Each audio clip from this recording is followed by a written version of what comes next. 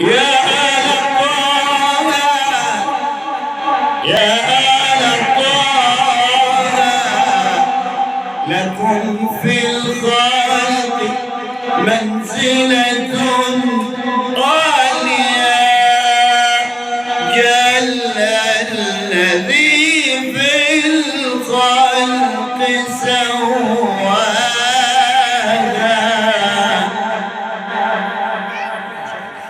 لكم في الخلق منزلة عالية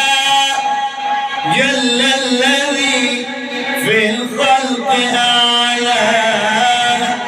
إن المودة في القربى شاد بها رب العباد وفي القرآن زكاها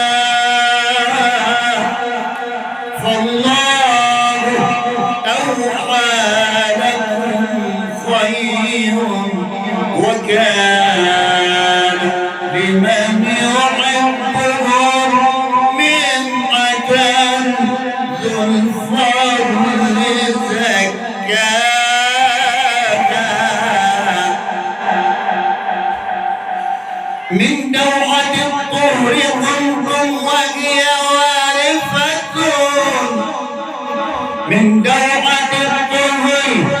كنتم وهي وارفة أصولها صانها ربي وأرساها أما الفروع بتقواها فقد رفعت نحو السماء ترى فوق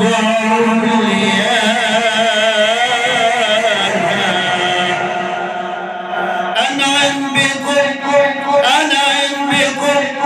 أنعم بكم وصلاة الله دائمة للمصطفى أشرف الدنيا